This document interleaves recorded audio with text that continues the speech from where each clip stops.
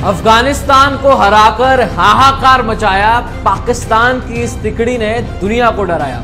जी हां, पाकिस्तान की ये जो तिकड़ी है, 3 फास्ट बॉलर्स नसीम शाह, हारिस रऊफ और शाहीन शाह अफरीदी, जिस तरीके से इन तीनों ही पेसर्स ने अफगानिस्तान को डराया है अपनी गेंदबाजी से, और उसके बाद अब पूरी दुनिया इन तीनों ही खिलाड़ियों से डर रही है। क्योंकि आपको पता ही है कि एशिया कप अब सर पे खड़ा हुआ है, उसके बाद आपको ओडीआई वर्ल्ड कप खेलना है जो कि घर में होने वाला है, और इन तीनों पेसर्स की कमाल की परफॉर्मेंस शुरुआत से ऐसी जा रही है, तो ये एशिया कप और वर्ल्ड कप में दूसरी टीमों का क्या हाल करेंगे। हेलो दोस्तों, जैसे कि आप लोगों ने वीडियो की हाइलाइट्स में देख लिया है कि पाकिस्तान की तिगड़ी यानी कि हारिस रऊफ, नसीम शाह और शाहीन शाह अफरीदी को लेकर इंडियन मीडिया बहुत ही ज्यादा बुखलाहट का शिकार है। कुछ ही सेकंड्स में आप पूरी वीडियो देखने वाले हैं, और इस वीडियो में आप देखेंगे कि ये तीनों बॉलर्स ने किस हद तक परेशान किया हुआ है इंडियन मीडिया को, क्योंकि आगे आईसीसी का वर्ल्ड कप है, एशिया कप है, और सारे बड़े बड़े मुल्क जो है इस बड़े इवेंट्स का इंतजार करते हैं। और अगर पाकिस्तान का खौफ पहले ही पूरी दुनिया पर छा चुका है बॉलिंग की वजह से, तो यू कैन इमेजिन कि कितना जबरदस्त ये टूर्नामेंट होने वाला है। कुछ ही सेकंड में पूरी वीडियो देखेंगे, लाइक सब्सक्राइब कीजिएगा, शेयर कीजिएगा, अपनी राय का इजहार जरूर कीजिएगा कि आप जो है ये 3 फास्ट बॉलर यानी कि पाकिस्तान की तिगड़ी को अंडररेट करते हैं या फिर जानते हैं कि ये अच्छी परफॉर्मेंस दिखाएंगे। तो दोस्तों चलते हैं वीडियो की जानिब, लाइक सब्सक्राइब लाजमी कीजिएगा। अफगानिस्तान को हराकर हाहाकार मचाया, पाकिस्तान की इस तिकड़ी ने दुनिया को डराया।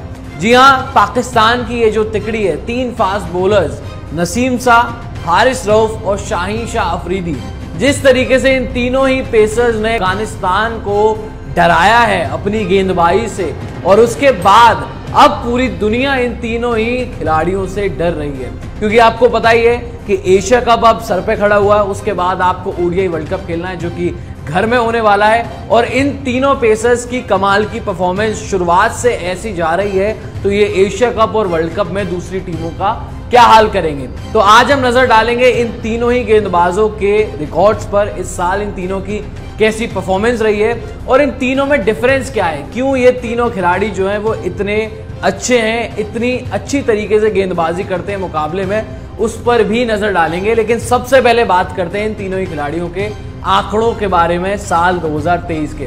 पहला नाम है शाहीन शाह अफरीदी का। शाहीन शाह अफरीदी ने साल 2023 में 5 इनिंग्स में 10 विकेट लिए। अगर आप एवरेज निकालें तो हर इनिंग्स में 2 विकेट तो मिनिमम ले ही रहे। विकेट्स 10 लिए इन्होंने, बेस्ट रहा है 46 रन देकर 3 विकेट, एवरेज 20 की रही है। इकोनॉमी पर नजर डालें तो 5.26 की इनकी इकोनॉमी है। उसके बाद अगर हम नजर डालते हैं हारिस रऊफ के आंकड़ों पर, तो हारिस रऊफ ने इस साल 8 मुकाबले खेले हैं और 8 मैचेस में इन्होंने 15 विकेट लिए हैं। बेस्ट रहा है जो इन्होंने अफगानिस्तान के अगेंस्ट पहले ओडीआई मुकाबले में किया जो कल खेला गया।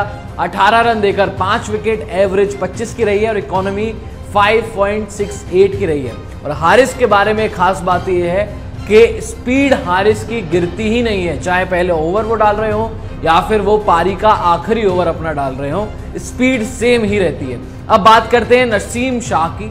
नसीम शाह ने इस साल जो है वो 6 मुकाबले खेले हैं और 6 मैचेस में नसीम ने 14 विकेट्स लिए हैं। इन्होंने भी 5 लिया है जो कि इनका बेस्ट रहा है इस साल, 57 for 5। एवरेज आप देख लें 17.64 की रही है, इकोनॉमी 4.75 की रही है। इन तीनों ही पेसर्स के इस साल के आंकड़े देख लें, आउटस्टैंडिंग आंकड़े हैं, और इसी वजह से हम बार बार बोल रहे हैं कि एशिया कप में और वर्ल्ड कप में ये तीनों ही पेसर खतरनाक होने वाले हैं। अब इन तीनों में डिफरेंस क्या है, और ये तीनों की क्वालिटी जो है वो अलग अलग है। अगर आप शाहीन की बात करते हैं तो शाहीन के पास स्विंग है और उनके साथ साथ शाहीन के पास पेस भी है। आप देखें जो कल उन्होंने इब्राहिम जादरान को जिस तरीके से आउट किया, पहले स्विंग से परेशान किया, उसके बाद अपनी पेस से बाउंसर डाला और इब्राहिम जादरान को आउट कर दिया। उसके बाद अगर हम बात करते हैं हारिस रऊफ की, तो हारिस रऊफ के पास जो है वो पेस है, और वो ऐसी पेस है, आउट एंड आउट वो पेसर हैं। 150 से उनकी स्पीड कम नहीं होती है, चाहे पहले ओवर में वो गेंदबाजी करें या वो 10वें ओवर में गेंदबाजी करें, कोई भी फॉर्मेट हो, तो बिल्कुल पेस से हारिस रऊफ सबको बैकफुट पर डालते हैं बल्लेबाजों को, और उसके बाद ब्लफ करके विकेट निकालते हैं। अब बात करते हैं नसीम की। शाहीन के पास पेस है और साथ ही साथ स्विंग भी है। हारिस रऊफ के पास आउट एंड आउट पेस है और नसीम के पास है कंट्रोल।